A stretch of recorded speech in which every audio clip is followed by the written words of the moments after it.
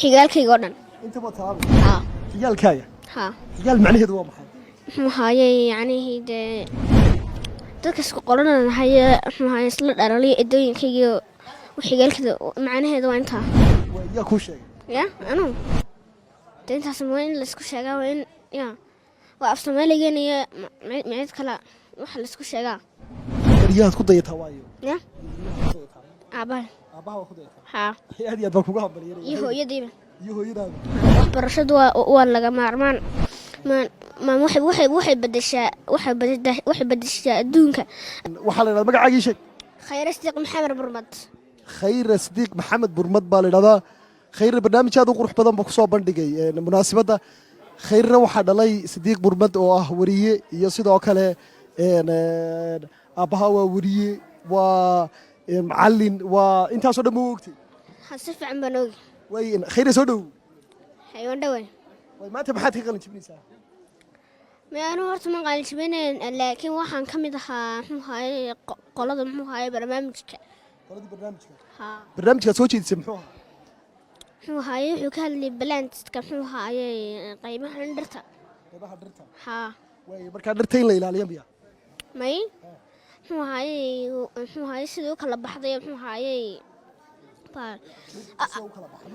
haa khayro mustaqbalka inaad maxay noqotaa doonaysaa anuu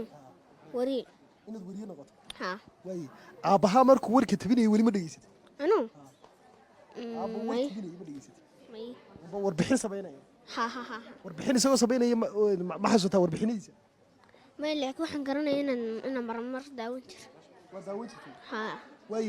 aabbahaa fariintaad halkan u marinaysaa waa maxay yaa aabbaha aad baan u salaamayaa de. aabbaha waad salaamaysaa haa iyo ayaad kala salaamaysaa iyo hooyadii iyo hooyada haa iyo walaalahay iyo walaalaha haa way maad xigaalkayga oo dhan